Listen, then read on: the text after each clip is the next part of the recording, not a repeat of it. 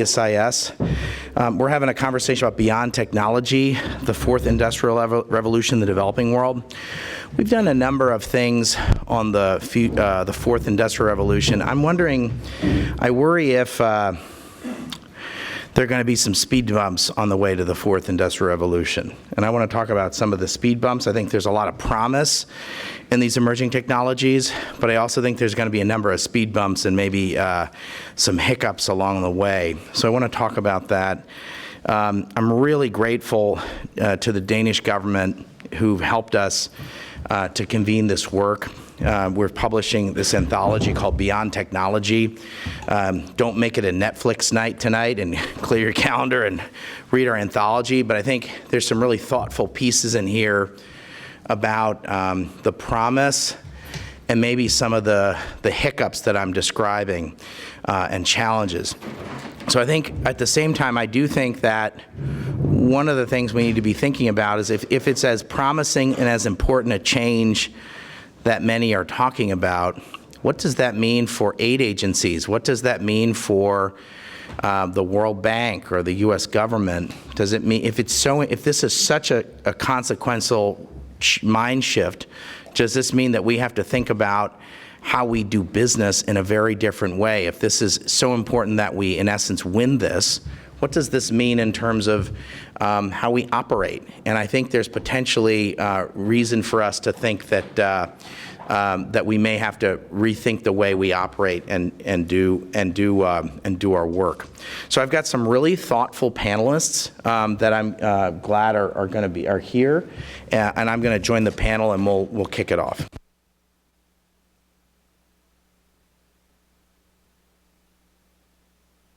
So I think you have their bios in front of you, but I'm going to ask my friend Michael Ekman, who's come from he is the Deputy Tech Ambassador of Denmark, and he's based on the West Coast.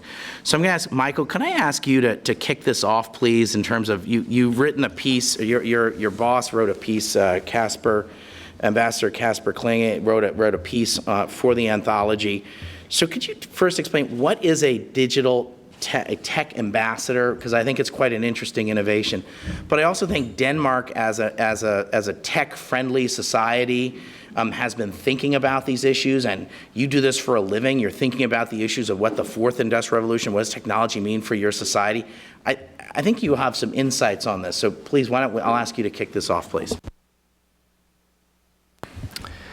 Thank you very much, Dan, and thank you for hosting this event. In reality, I should be asking everyone here what a tech ambassador is supposed to do. I guess that's what think tanks try to help governments do, is actually to think about policy in a sort of increasingly complex and digital world. Because that's in fact what the idea of a technology ambassador, a tech ambassador is all about. It is to try and put governance and foreign policy and diplomacy back into the equation at a time where we feel that the world is running a little bit fast, at least a little bit faster than many governments can keep up with.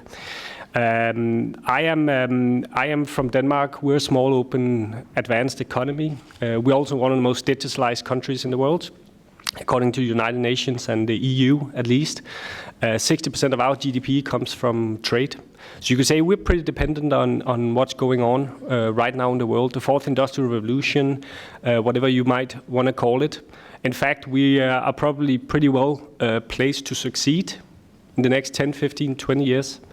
But over the last couple of years, or let's say 5 years, I think it's becoming increasingly clear to my government as well, to countries like Denmark, that technology brings huge opportunity, but certainly also some new risks and challenges that we need to look at. If you are hyper-digitalized, that's a good thing, but you're also more vulnerable, and you have a lot of risks related to how you secure yourself in the cyberspace, related to protecting your citizens' data, related to safeguarding your democratic institutions. So for all of these reasons, the Danish government decided about 2 years ago that sort of our traditional diplomatic tools would not suffice in a world where you have at least 2 or 3 different trends changing the landscape of foreign policy. Or at least that would be our argument. The first trend would be that you have this whole set of new technologies, data-driven technologies. Some would call it the fourth industrial revolution, which includes Internet of Things growing from around 30 billion today to around 80 billion connected devices in only 5-6 years' time. You have artificial intelligence, which is today sort of a political buzzword, as much as it is sort of machine learning technologies, computer-driven algorithms, and so forth. The fact is that today AI has become sort of a national parameter for success. I think more than 30 countries now have an AI strategy, including the Danish society. We launched one about a month ago. The second trend is that you have a small group of extremely powerful, influential actors, the big multinational technology companies, where most are based in Silicon Valley, where we spend most of our time. Our office, or our embassy, if you will, is placed in Palo Alto. But these companies have become powerful to an extent that they surpass even nation states in political influence and economic power, and certainly in societal or global reach. I think Facebook has about 2.5 billion users monthly on one of their 4 major platforms. That's a pretty high number and an incredible societal influence. And then what this report is about, my third point would be, technology has become a geopolitical discussion, and it's even become a value-based or value-driven discussion. It's become about what kind of principles, democratic or not, what kind of rights, what kind of levels of privacy do we want to enshrine in technology and the way they impact our society. I'll be very honest with you, when we arrived as career diplomats in Palo Alto in Silicon Valley about a year and a half ago, if we mentioned GDPR, it was almost like being... What is GDPR for the television audience? Pardon me. GDPR, of course, is the EU General Data Protection Regulation. Beautiful, very easy word to say. When we mentioned GDPR, we were kindly shown the door and asked not to come back anytime soon. At least it was a little bit like this. That discussion has changed a lot over the last year and a half, even in a place like Washington, D.C. I believe, without being here on a daily basis, that there is a discussion around privacy, which was previously reserved for places like Brussels or at least European capitals. So what we do, it was a long intro to say what we do as a embassy to technology and as a tech ambassador is to try and strike up a conversation with big tech, with the companies that are based in Silicon Valley and Seattle, but also in places like Shenzhen and Hangzhou and Shanghai and Munich and elsewhere, about some of the really, really big questions facing society, everything from taxation issues to how do we protect privacy, how do we fight terrorism online, what kind of regulation makes sense and what does not make sense, honestly. And also talk about what are the kind of values we want, what are the kind of level of data ethics we would like to see in the technology that impacts our society. So instead of going to the White House and State Department and USAID and elsewhere to discuss traditional foreign policy issues, we go to Mountain View and Menlo Park and Facebook and Google and Seattle and so forth, and have almost the same kind of discussions, but just with a new set of very important actors. So that was sort of, in very short, what a tech ambassador does. So Maiko, could you just so everyone's aware, could you talk about where is Denmark's position on 5G? Well, like everyone else, I think it's very important for us to expand on our current 4G network. So we are, like everyone else, investing heavily in 5G. I assume that's not actually the question you wanted to ask. No, I follow the news as well. While I don't get out much, but even I know there's something going on 5G. Which of course there is. In terms of who will provide 5G, if that's what you're asking, I think the government, without being privy to the discussions, the government has decided that Ericsson will provide the sort of core of the 5G network in Denmark. So I just want to take advantage because you're spending a lot of time thinking about these issues. Is the government of Denmark, are they worried that Danish workers are going to lose all their jobs to robots? I think that's as big a discussion in Denmark as it possibly is here in the US and elsewhere, and I think for good reason. I think there's a lot of anxiety around what automation will bring, even to a country like Denmark. As I said, we pride ourselves of being fairly well prepared for what's coming our way in terms of having pretty flexible, highly educated labor force. We're a much smaller country, of course, and right now we have very, very low, like the US does, very low levels of unemployment. In fact, if you wanted to make the argument, you could almost say that automation would be a gift sent from heaven to Denmark, because we do need to increase our productivity in the coming years. I think what's striking about this whole discussion, and you're the expert, I'm only a diplomat on this, but what's striking is that when you read the reports on the future of work, how many different estimates to east, west, north, and south you will get on these issues. So I think the only thing we know for certain is that we don't know anything about what's gonna happen. And I would argue that a lot of the estimates on job loss have been revised downwards on an ongoing basis. I had a boss in Argentina who was the head of the Citibank in Argentina, and he had a wonderful expression in Spanish: "El papel banca todo." El papel banca todo means you can basically create any argument you want and justify it intellectually. The papel banca todo. So I think in the case of fourth industrial revolution and job losses and robots, el papel banca todo. We can put up anything we want and basically justify it. We don't. I agree with you. I'm not sure we really know. I do think we need to be flexible and prepared for it, and I think we need to take proactive actions, and I think your government is taking proactive actions, and I think is an example for all of us. I don't think we're taking all the proactive actions as the West we need to be doing, but I think we're waking up to the fact, and you all are helping, being part of the wake-up call and what you're doing out there on the West Coast. So good. Thanks for being here. Okay. Maiko, thanks. You were one of the contributors to this anthology.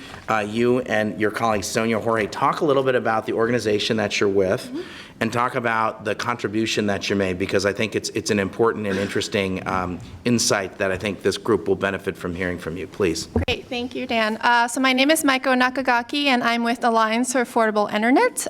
We are a global coalition of over 90 members, and we are working to drive down the cost of the internet in low and middle income countries through policy and regulatory reform. So as many of you know, one of the SDG goals is to achieve universal affordable access by 2020, but this goal is not realistic given that we just celebrated the 50% internet penetration rate at December 2018, and we have a really long way to go. If you look at the stats carefully, the majority of people who are still offline are women in developing countries. So any projects or initiatives that multilaterals or governments are doing to bring the last mile connectivity or people online, it needs to address this gender gap. And it's very urgent. We have done some studies, and we predict that at this current rate, we won't achieve universal access until 2043, which is well beyond the target date. So we produce affordability reports and look at why this is happening. And the number one reason people can't come online is cost, due to ineffective policies in place, infrastructure costs and so forth. Accessing the internet is prohibitive for many people. We define affordability as 1 gigabyte for 2% or less of average monthly income. And in the latest study we did, as of March of this year, of the 99 countries we looked at, only 40% reached this target rate. So it's really alarming, and we have a lot to do in order to achieve this. We think that the solutions are achievable. We just need the political will of countries and international organizations and private sector to come together and address them. So 3 solutions that we propose in this chapter. One is to address the policy gap by looking at the affordability. So for instance, as some of you may know, Universal Service Fund is a great pot of money that governments can use to connect the unserved areas. Perhaps they can be more gender responsive and target households that reach women. Another policy long-term goal can be to invest more in digital education so that you create a population that is not just consumers of the internet, but producers and creators of internet content. Another thing that we have discussed thoroughly is gender equity in investments.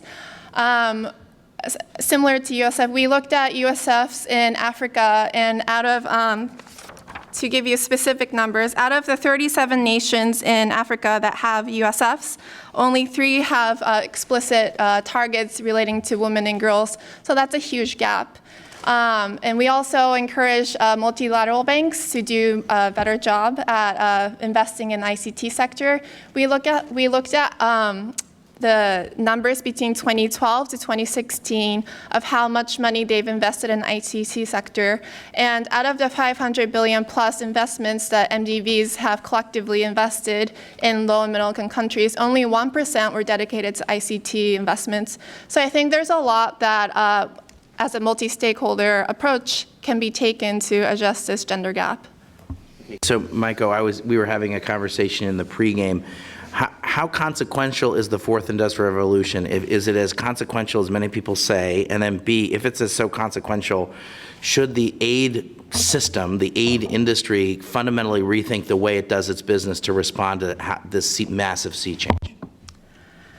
I think that, if half of the population is still offline, this digital revolution you can't reap the benefits of it at all. And it's just, the digital inequality is widening as people talk about 5G and AI, and more people will be left behind.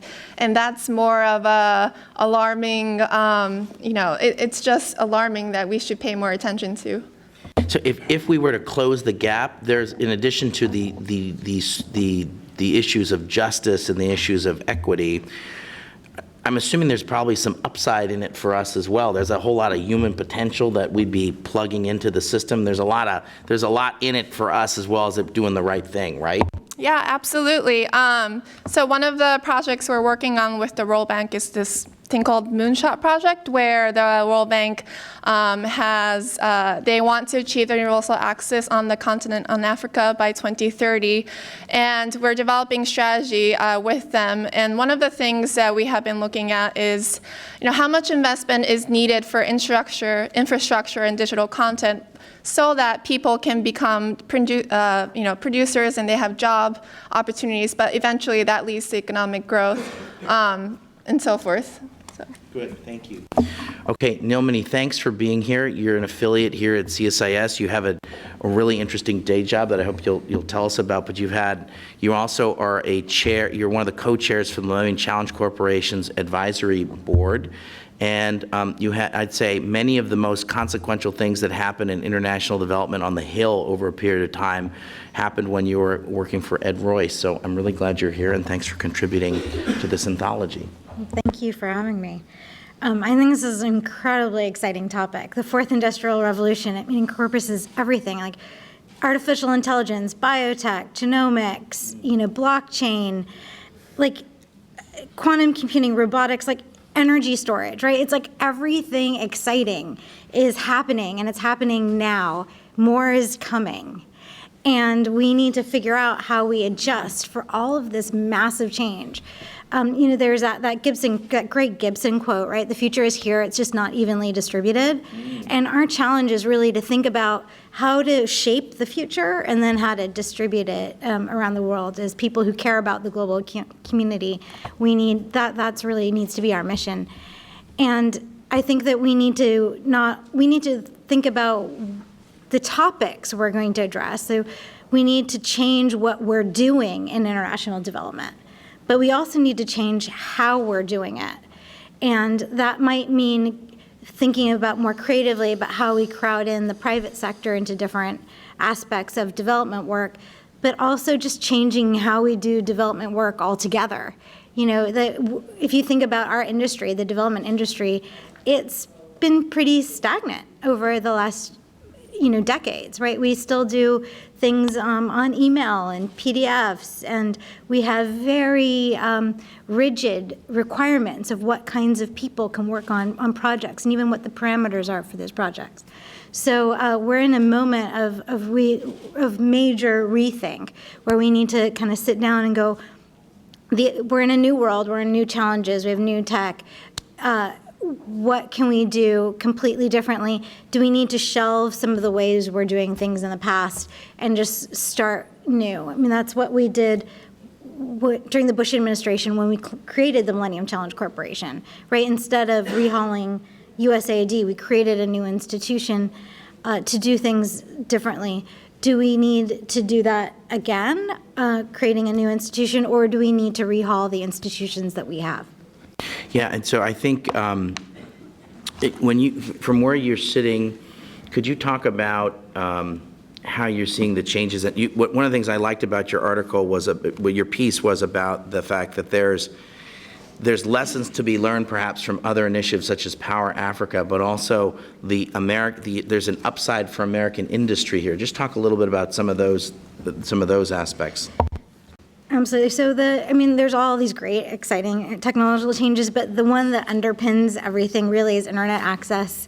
And so that's, I think, the thing that we need to put first and foremost, because you can't have people benefiting from any of the other things if they don't have basic access to the internet.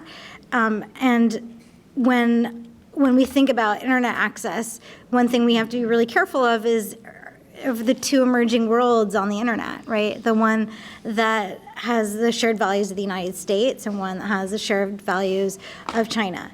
And so we really need to think about very carefully about how we promote internet access and how do we ensure that our values are carried across, that we don't actually have this split, but we keep them together. That is going to be really important for U.S. companies. If you think about where our growth is in our economy, it's very linked to tech. So getting this right is not just a foreign policy issue. It's like a fundamental American economy issue. One of the things that was very innovative with Power Africa, which was founded on the Electrify Africa Act that Chairman Royce championed, and I wrote for him, and implemented by the Obama administration and now the Trump administration, is Power Africa. One of the really innovative things about Power Africa is it has a market-based approach. So it's not just giving grants to people, but really thinking about how do you get companies to do these projects, and so that when U.S. funding leaves, the deals are still being done. And Power Africa has been immensely successful. It has provided first-time electricity access to more than 58 million people. So, I mean, it's just really a remarkable number. But one of the very exciting things that it does is it helps get transactions done.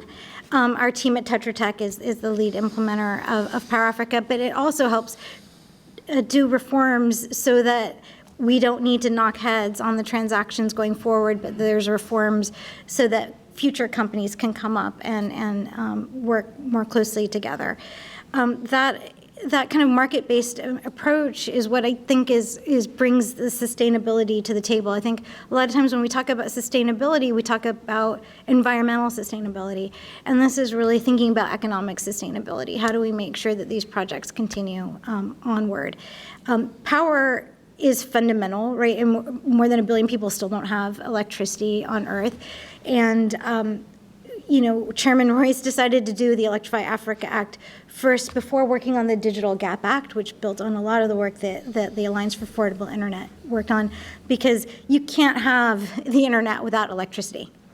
It just doesn't work. So that's like a fundamental thing. We need the electricity, we need the internet, and then we can start having people access the future. Thanks very much. Okay, Steve, thanks for being here. You had a really interesting career on Wall Street, and your career has been at the intersection of finance, technology, and emerging markets. And one of the things that has been talked about in terms of the promise of the fourth industrial revolution is how folks are going to be able to pay for things and have a financial life online in a different kind of a way.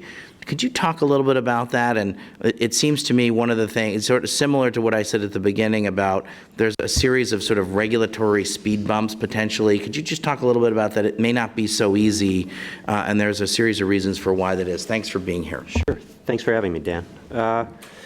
So, when we wrote this article, I often think the worst dinner invite you can get in town is to my house. My wife is a former Fed regulator, and I'm a former investment banker who used to sit on a management committee of a large global bank right after it was through a crisis. And so we spend a lot of time at our dinner table talking about regulation. We decided to combine our Pass the ketchup. Yeah, right? exactly.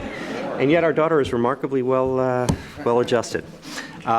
So we decided we would torture all of you by combining our powers and writing this article. And you know, the thing with regulation is, as a venture capitalist, I often get people walking into my office, and I actually use this anecdote in the thing where they say, hey, I went to whatever elite school you want to think of. I got funding from Kleiner or Sequoia or Greylock. They'll mention some big tier 1 venture capital. I got Goldman Sachs, Morgan Stanley interested in investing or partnering with this new solution I've had that's going to revolutionize the world of financial services. And then you kind of ask them the question, well, have you talked to the regulators? And they go, no, no, no. The regulators, when they see how great this is, they're just going to do what we ask them to do. No, and I'm seeing head shake here. Now, the thing is, in New York and San Francisco, people go, yeah, sure, let's go talk to the regulators. And the regulators sit there and they politely nod, and then they go, that'll never happen. And part of the reason it'll never happen is because we all like to think that financial services are local, but they're not. It's a big, gigantic global web. And every transaction, whether it's happening in Botswana or New York City or Boise, Idaho, is going through the same gigantic system. And so when you start thinking about that, there are all of these great ideas about how we can actually build an infrastructure around this, but there's already an infrastructure built. And often the parallel I see when people talk about financial services and what's going to happen is the leapfrogging effect we saw with telecom. Now, I was in Russia in the early 90s when the wall came down and the first wave of privatizations happened. And I remember people going from immediately they stopped using fixed line and they went to cell phones because it was just easier to get a cell phone. But the infrastructure was there and the regulations were there. The financial services already have this big, gigantic regulatory system. But what people aren't really trying to do is think of themselves as like apps fitting into that system and how do they go about it. So there's an overarching regulatory system called Basel III, and this is the big global regulatory body that makes the decisions about what is reasonable about capital, about issues related to how one can finance and build. This is if you're a bank. If you're a bank. So if you're a bank, you've got to set aside certain amounts of money. So there's like the Major League Baseball Commission for global banks, sits in Basel, Switzerland, and they've put out a series of edicts. And this is the third round of them called Basel III, right? And Basel III, one of the things, Steve, has been, after the financial crisis, they said, you've got to set aside yet more money if you want to lend money.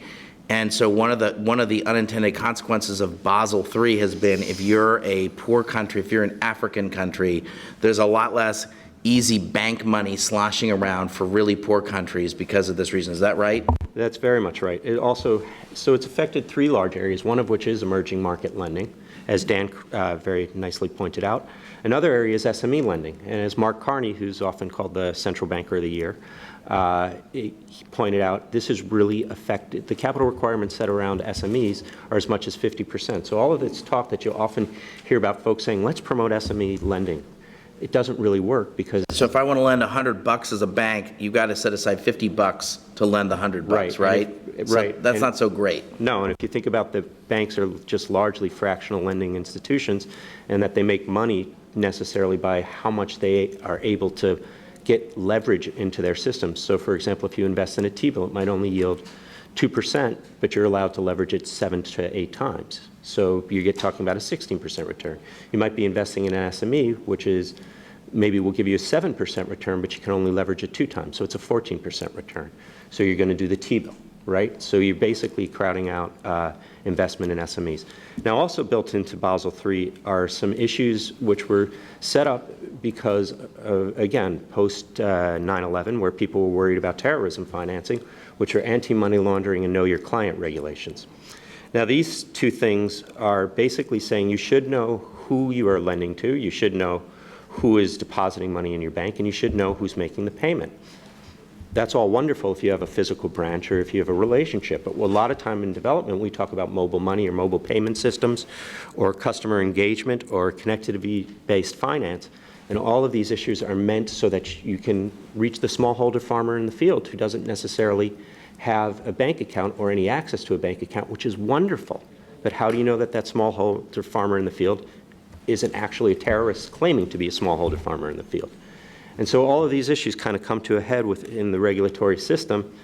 And if you're we like to promote the idea of this disruptive innovation, but it's still within a system that is very much a static and really almost, you use a great term, it's meant to be a speed bump, but I would almost think it's like a toll gate where nobody has an easy pass. And so the line is very long. Okay, so I'm glad you raised the issue of easy pass. I want to talk about the issue of privacy. And I want each of you to talk about the issue of privacy as it relates to the issue of fourth industrial revolution, because I think there's an ongoing global debate about privacy. I'm dating myself by, I remember in the early 2000s, someone told me a story that shocked me profoundly, that in divorce cases in the United States, that if someone said, well, I was really at a restaurant and really they weren't at the restaurant and they were somewhere else with someone they shouldn't have been with, that the courts could use easy pass data because like you crossed a toll that you weren't supposed to, and they'd go look at the old easy pass and say, well, you said you were going to be at the, you were at work, but it says you were at some nightclub, with someone you shouldn't have been with. So this issue of privacy has all sorts of unintended consequences. Could each of you just talk about the issue of how should we think about privacy and who owns what data? If you could just talk about those two issues, because I think they're related, and just briefly on this. I know these are very complicated topics, but I'd like each of you just to reflect on this issue of who owns the data and privacy. Michael, let me start with you. Well, I'm from Europe. We have the EU General Data Protection Regulation, of course, the GDPR, as we talked about before. And the idea or philosophy behind GDPR is that you own your data. So every citizen owns their own data. So you have the right to be forgotten, as it turns out. It's been in force a little over a year. And I think it's been an interesting year. It's also been a painstaking year for some, I guess. For citizens, all of us received hundreds of emails in our inbox, reminding from different mail groups if we wanted to continue or not. That's a small thing, but also for companies, it's been a tough thing to implement and prepare for. I think sometimes on this side of the Atlantic, to be very honest with you, within these four walls and the two cameras in the back of the room. So just think of it as like off the record, but on the record. That's exactly.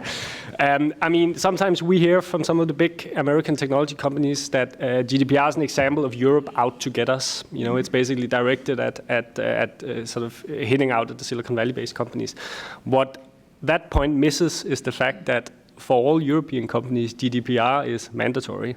So you can't decide whether you want to be in Europe or not. You just have to comply with GDPR. And if you think it's easy for a small or medium-sized Danish company, whatever sector it might be in, to prepare and comply for GDPR, you're mistaken. It's been quite tough. In fact, I think some of the big American tech companies, it goes back to my point before on how the rhetoric has changed a little bit, have now found out that maybe GDPR is actually a competitive advantage.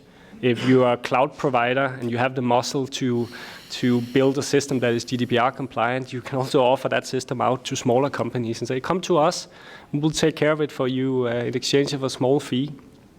So I think the discussion has changed. The interesting thing will now be to see what happens on the regulatory side in terms of privacy. I think we follow the debate closely in DC, of course. We've also noticed that some of the big technology CEOs like Mark Zuckerberg and Tim Cook and others have come out and basically argued in favor of an American version of some sort of privacy act. Whether that will happen or not, all of you in this room are probably better equipped to say than I am.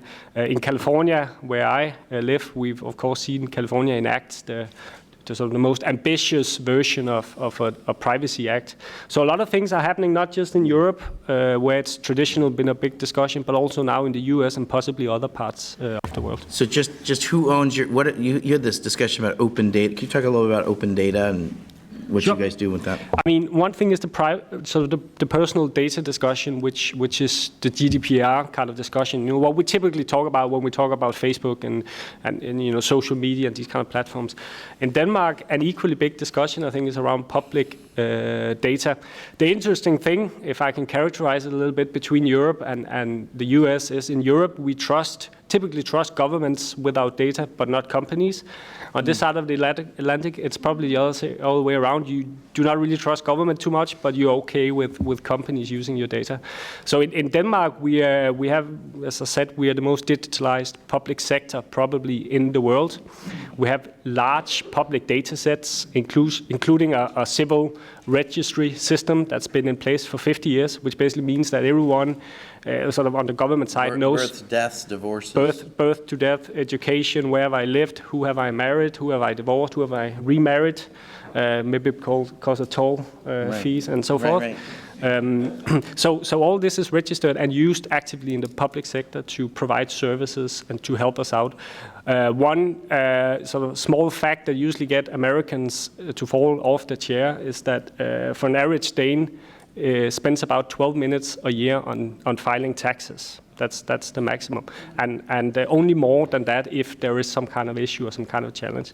So I basically don't think about taxes in Denmark, and having lived in the US for 2 years, I know I realize that's not the case here. There's something like 1 million people who benefit from the tax assistance filing industry here in the US. Yeah, exactly. And that's you know, another good example when talking about sort of the fourth industrial revolution and the developing world is how when we talk about leapfrogging, and it's some of the excellent points that you mentioned also in the report, that maybe developing countries actually have a little bit of a step up on some areas, at least in terms of being able to sort of circumvent very complex legacy taxation systems, for example, and then build new, smarter, data-driven ways of looking at these issues. Okay.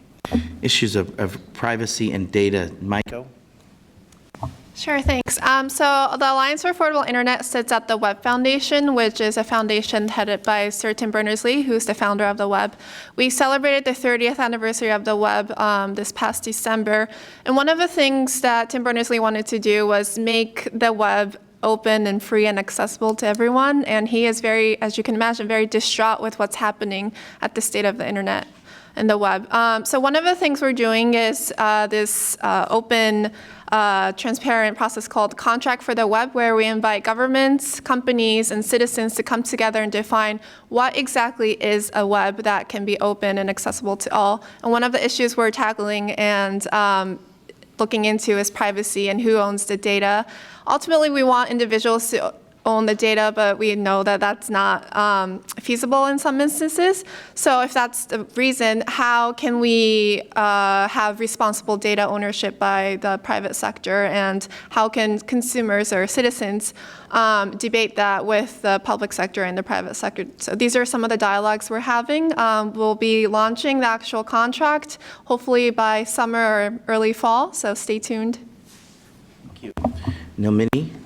So the GDPR, it stands for General Data Protection Regulation, and it has compliance requirements for companies and countries beyond its borders.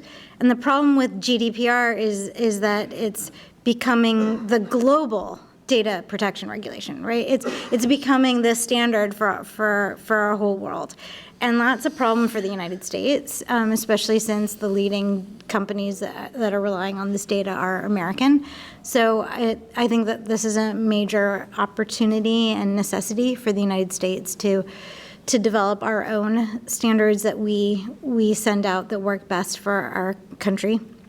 And I think that allowing Europe to get so far ahead of us on this is a competitive disadvantage for the United States. The flip side of privacy is cybersecurity, right? So privacy is people, we're giving you access to our data, and cyber's they're taking it. And so I think that as we think about privacy, we need to think very carefully about cybersecurity at the same time. And when we're thinking about development programming, we should be integrating that. You know, how many of you that work in development have integrated cybersecurity into your projects, whether that's providing enhanced cybersecurity for the country we're working for or the companies that we're working with. How many are integrating privacy? When I was a Hill staffer, I had a company come up and do us a briefing about this great work they were doing in rural villages, and they were trying to stamp down domestic violence. And they had this map of where domestic violence had occurred to the hut level, right? Like, not okay. You do not want women exposed, that they were victims of domestic violence and have that, all over the world. It puts them at risk from their abusers. So we need to think about including privacy and cyber into our core work. Great, thank you. Steve? So I think the issue of privacy is that you pretty much have none. And you've made an implicit trade-off the minute you picked up your smartphone, the minute you logged onto Google, the minute you opened up Facebook that morning, or Instagram, or whatever social media you like, which is you have given people access to your location, what you're doing, who you're talking to, and what you're talking about. And I think you have to start with that assumption. Even walking through the streets of DC, they have cameras all over the place. If you ever get in a car accident, you find out about that really quickly, because they'll show you pictures and tell you exactly who was at fault. Speaking from experience. Nilmini raised, there were a lot of great points raised. One of the ones Nilmini raised is there are two sides to this coin, and I think when we also start talking about regulation, it gets into that. One side is how many people heard about what happened in Baltimore? So Baltimore was hacked. The city of Baltimore was hacked, and what's more is now they're being held hostage. So the city of Baltimore is being held hostage by cyber hackers who now control a whole bunch of information and data about people who live in Baltimore, and people in Baltimore can't pay their water bills. That's one aspect of it. So is the trade-off there that you have more privacy, more security? What's the trade-off there? So then I think about in financial regulation, one of the trade-offs is that we all want people to have greater access. We want people to have greater ability to attain financial services, but as I pointed out, there's this flip side of, do we know who's actually attaining or using these financial services?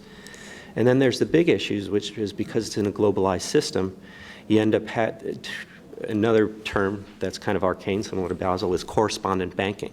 So correspondent banking is the system whereby Citigroup can work with the Bank of Kenya, and they basically work together on issues of like trade finance or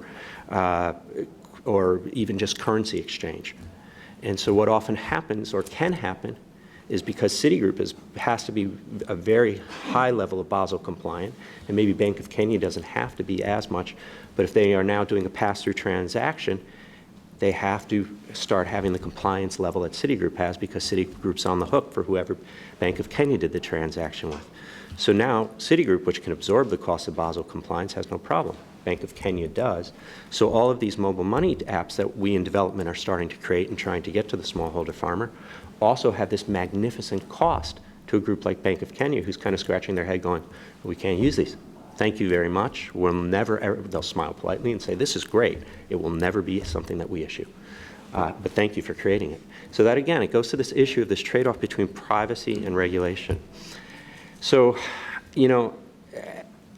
I said this earlier in our pregame, but I think a lot of this comes down to what we as consumers are willing to have as our trade-offs. There is this global system which we exist in, and we should assume that if we engage in it, we are going to give away a certain amount of our privacy. We can claim that back by, we don't have to show everything we're doing.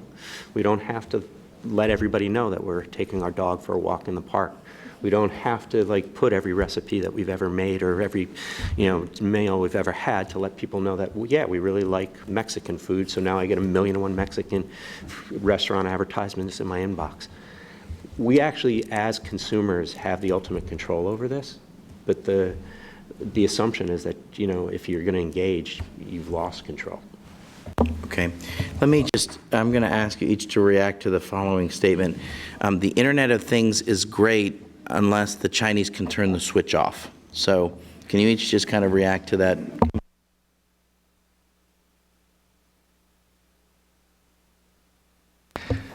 The Internet thing is great and is probably a prerequisite for a lot of the technologies we're talking about here in terms of autonomous driving and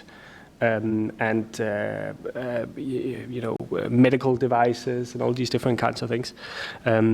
I would sort of take it up a level. Instead of talking about just China, I would talk a little bit about, I think right now we are at this intersection where technology and the ethics and the norms and values we want to enshrine in technology is really becoming a huge debate in many countries around the world. Whether technology is used for good and for prosperity and empowerment in my country, in this country, in developing countries around the world, or whether it's used for increased surveillance and control. I think that's one of the big discussions right now. My government has clear opinions on that. Other governments has as well.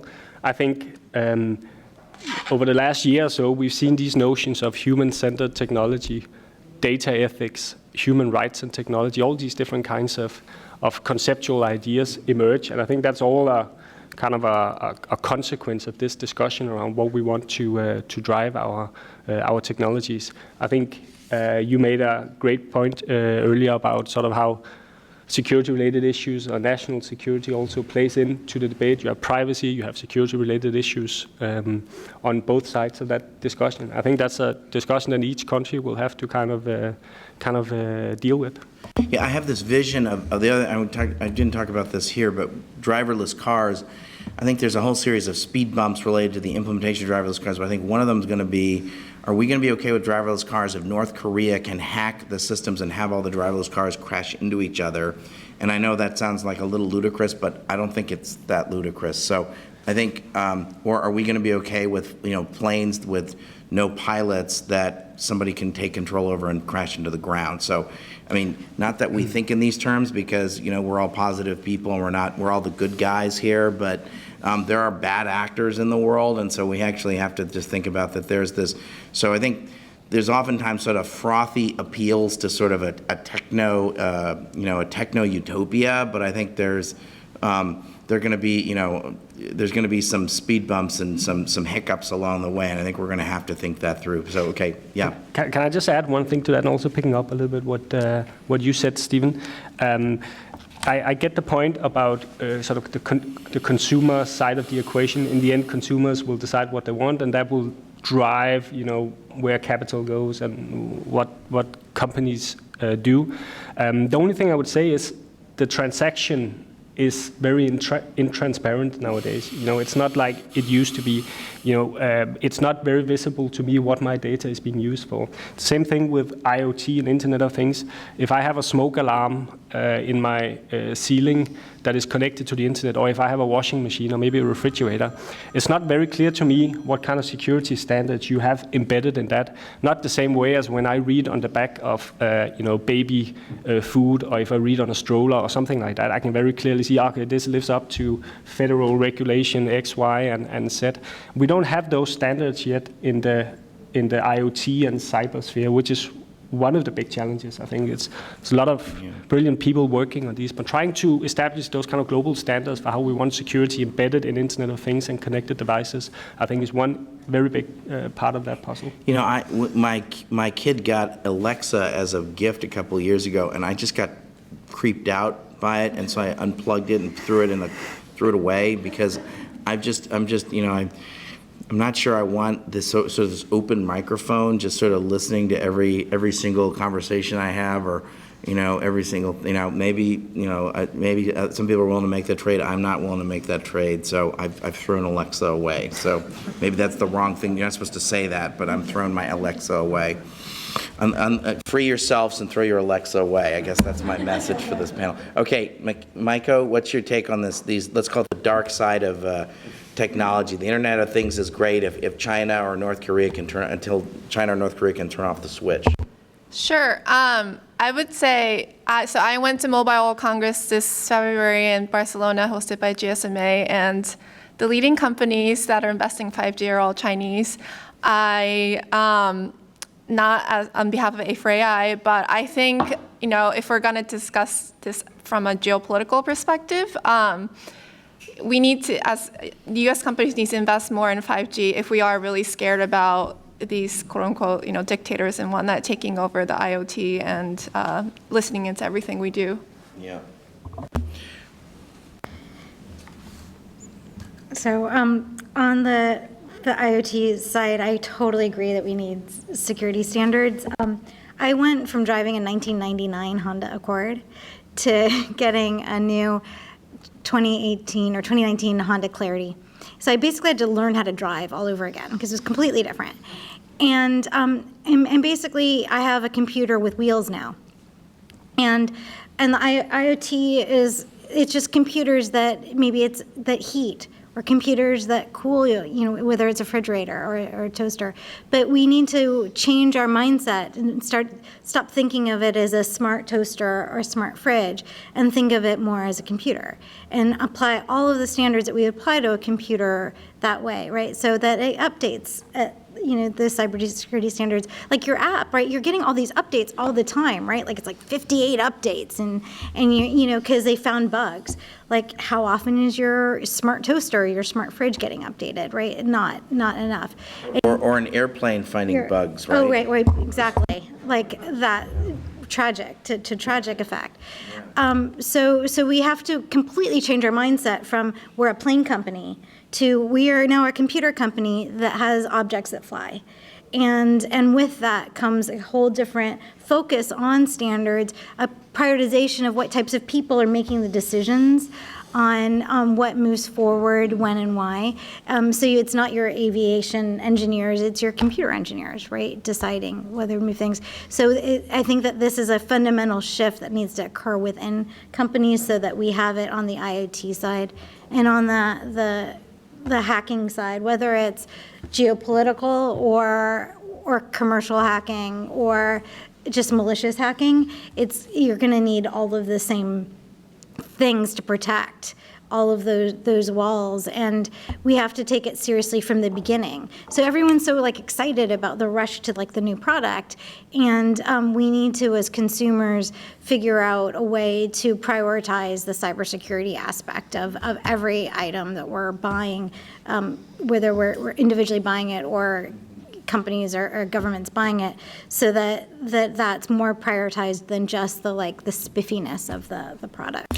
Israel, I think this is the first time this has happened. So there was some sort of a hacking at a Gaza that was an attempted hacking, and so Israel actually bombed the hackers. And so I think we're going to see a lot more of that kind of technology bleeding into the real world and sort of these sorts of things where this is, it's not just going to be like, I'm going to shut you down, I'm going to blow you up. So yeah. Actually, the House Foreign Affairs Committee, the last cycle, did a hearing on cyber war.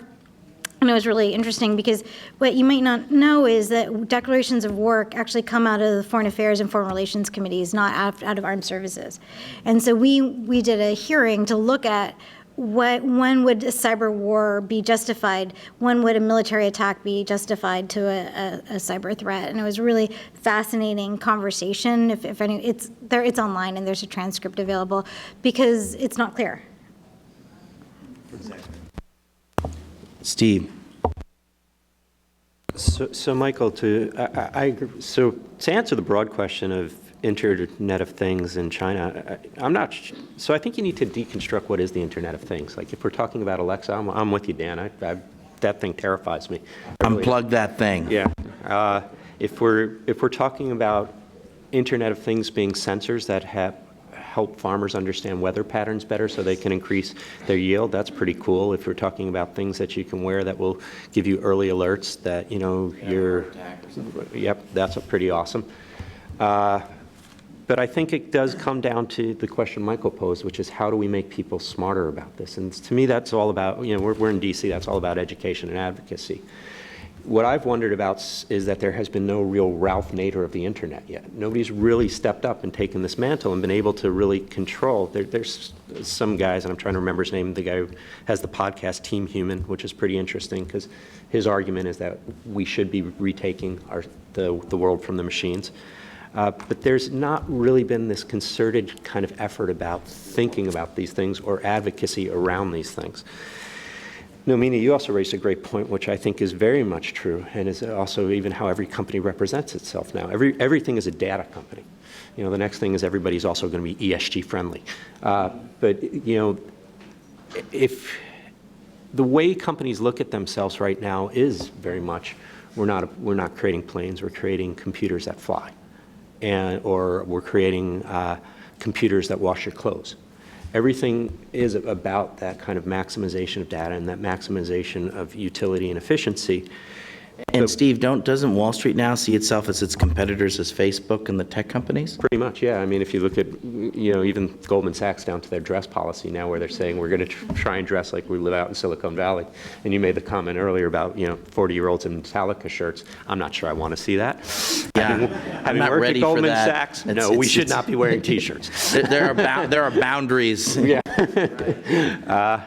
You know, we really shouldn't. So, you know, they do look at that as they're being their competitors. You know, Jamie Dimon once in a very famous phone call talked about the fact that like M-Pesa kept him up at night because he realized that they have no infrastructure. They have no, you know, they don't have transfers. So M-Pesa meaning like the cell phone, moving money via cell phones in East Africa. Right.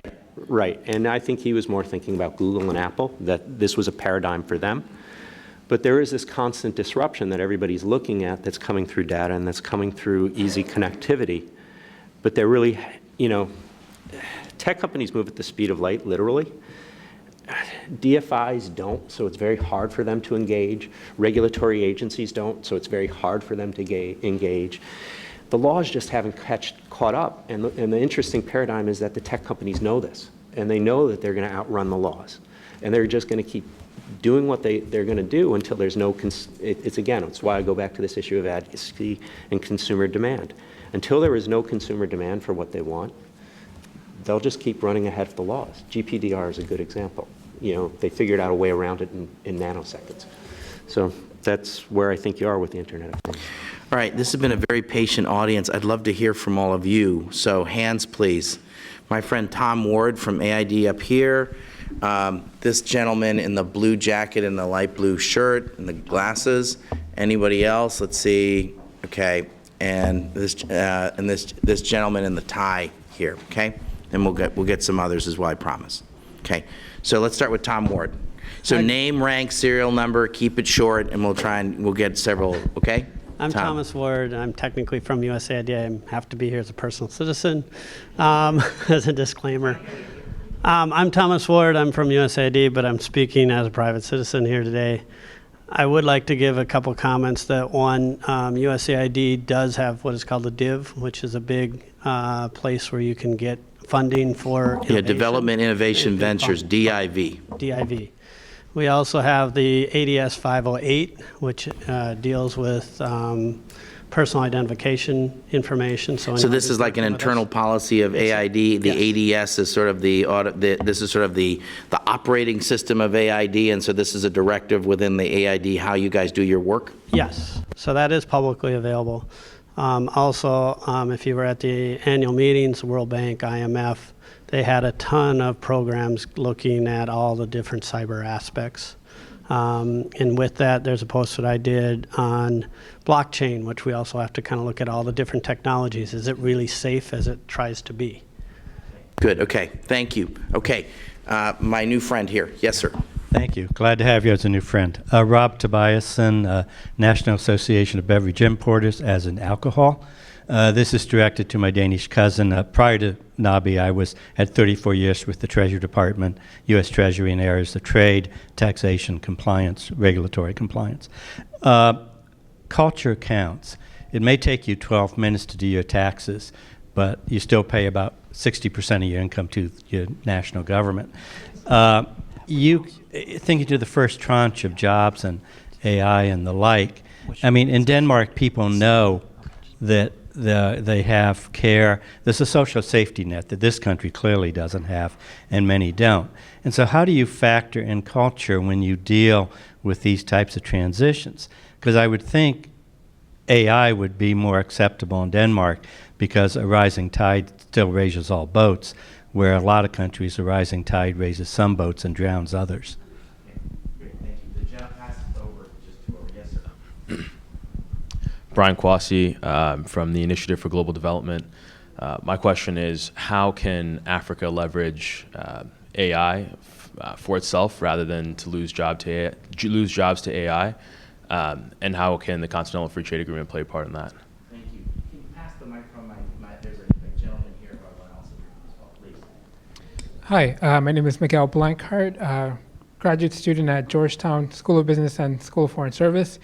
My question is regarding the possibility of establishing an international cyber community organization, whether there's been thought into that to avoid issues with certain countries such as North Korea, China, et cetera, and having them involved one way in regulating.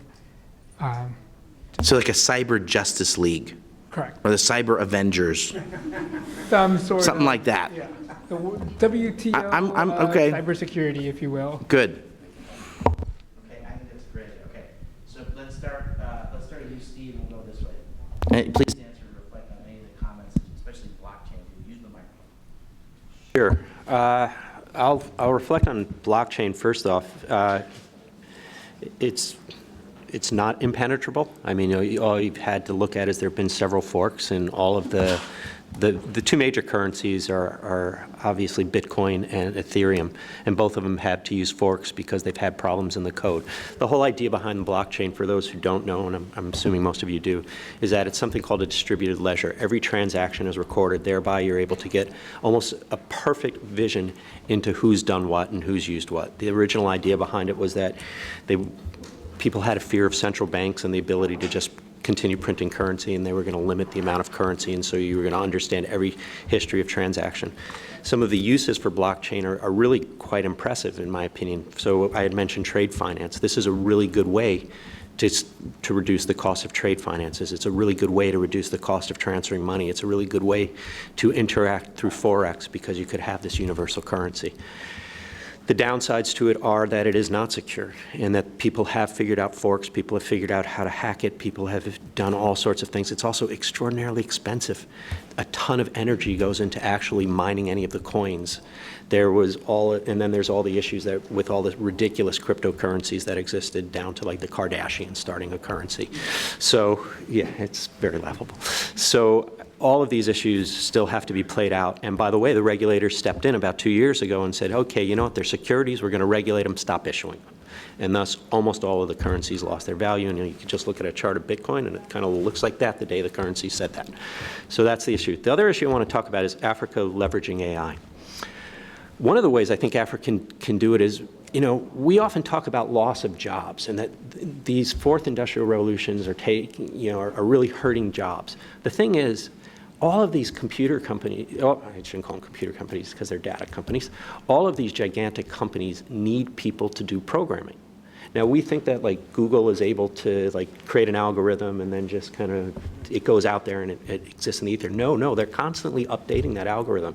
The number I heard recently was like 2.5 million lines of code per day have to be updated, and it needs people to work on those. Now, there are a whole bunch of schools that have opened up and started up to train people who used to be working on the factory line to be base level programmers. It's not that hard to do. If I could figure out how to do it, I guarantee all of you can. So, and anybody can.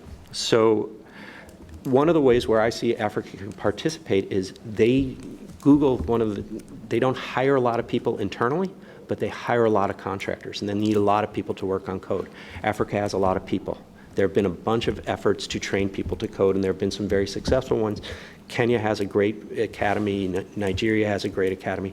Promoting these issues is a way that Africa could really become like a manufacturing center for code. And that's an interesting way to think about the paradigm. What you would also hope would happen is that as somebody's learning how to code, you get some talented individuals who really learn how to code and become beyond base level coders, and they become implementers, innovators, and disruptors. So that's kind of where I see that there is an opportunity.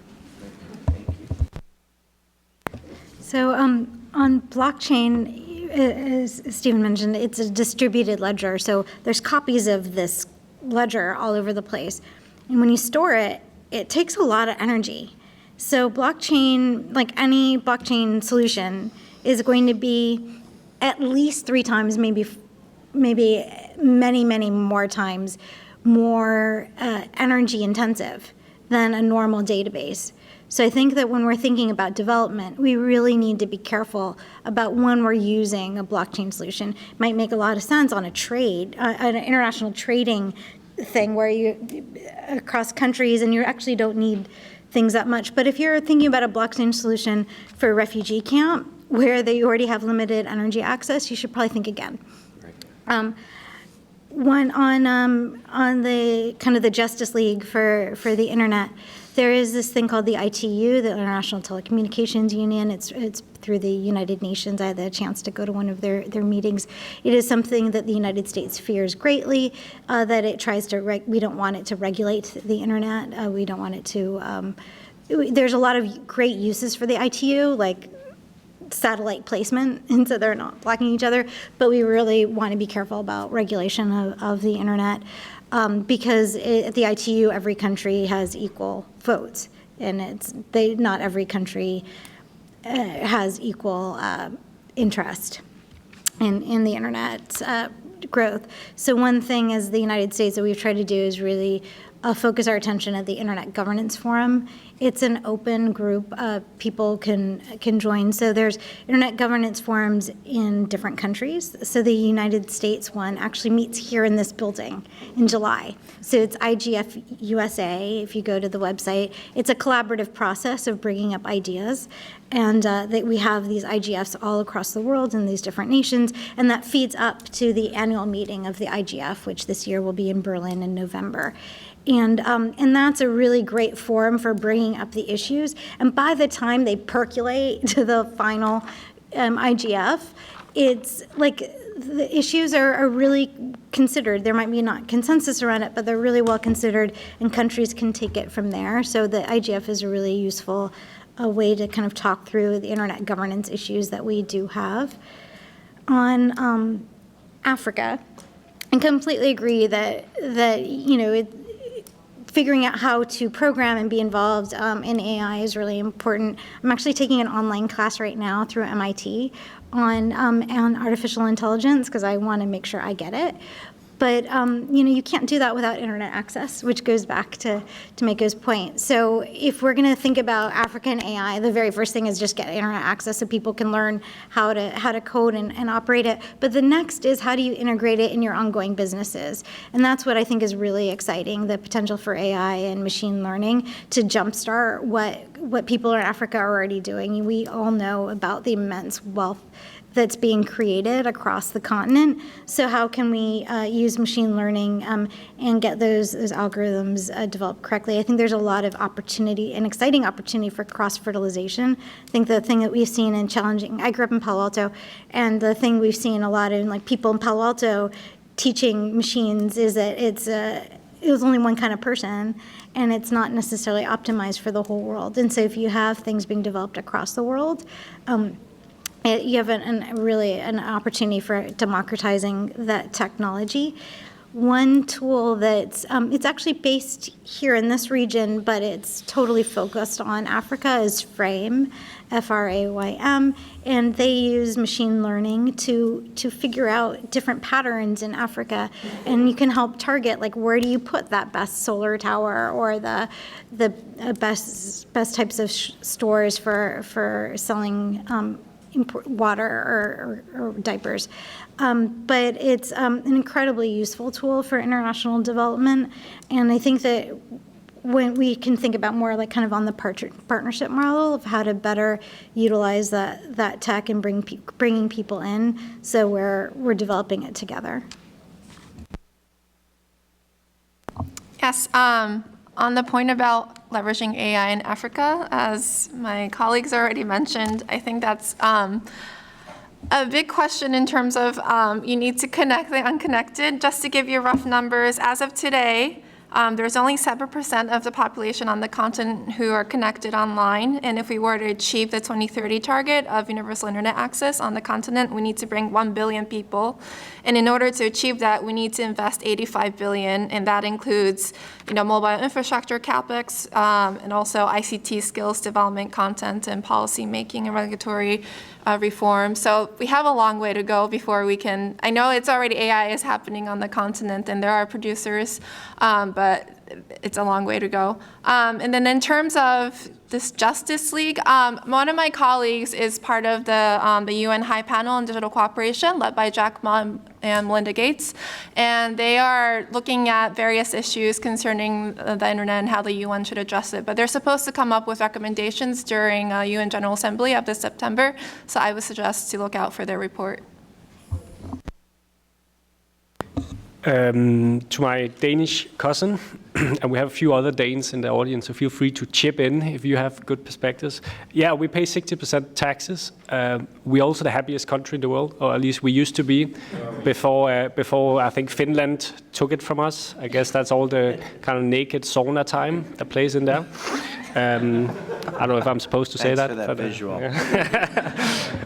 We also, incidentally, the country, I think, with one of the highest alcohol consumptions of the world. So maybe those things are also related. But jokes aside, I think trust plays a huge part in Danish society in many different ways. We do have a very high degree of trust between citizens and sort of public sector government, as I mentioned before. The interesting thing here is a little bit sort of the hen and the chicken and the egg. I think digitalization of our public sector has helped build trust, but I think trust is also the basis of being able to do that. And I think for us, it's been a mutual reinforcing interplay.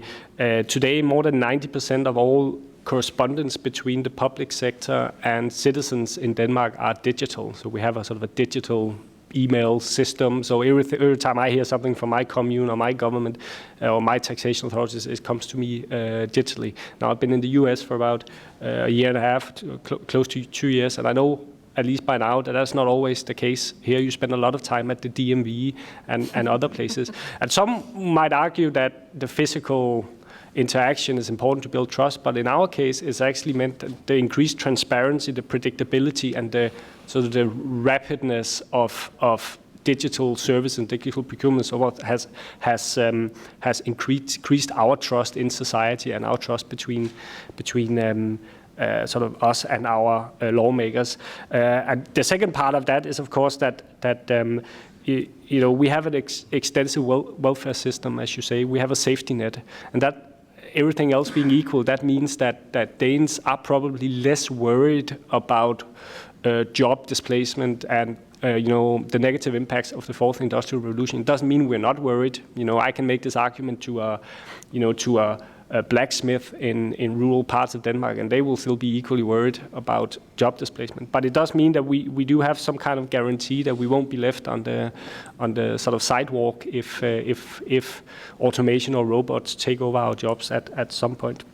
I mean, that's basically a discussion about how you want to organize your society. If I can just also just touch on the development question. I think in the piece, we wrote in this essay compilation, we talk a little bit about at least 3 elements we need to think about in terms of development or technology and development. One is, of course, the access part, which you mentioned very eloquently. Second part is skills and education, especially trying to reach those most vulnerable. So that includes sort of closing the gender gap, includes getting to marginalized groups. It also includes thinking about regional dynamics.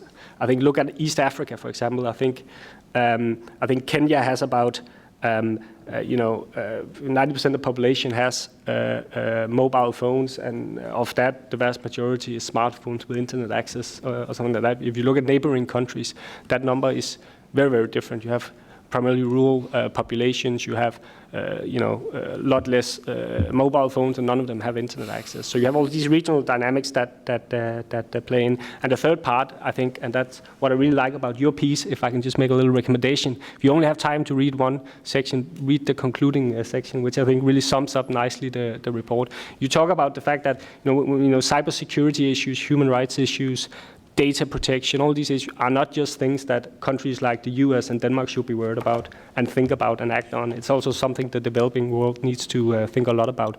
And you have this interesting point that cyber criminals may well use countries with less advanced kind of cybersecurity defense systems as test beds, or to try out different techniques, or try out different weapons, and then afterward unleash it on more hyper-digitalized countries.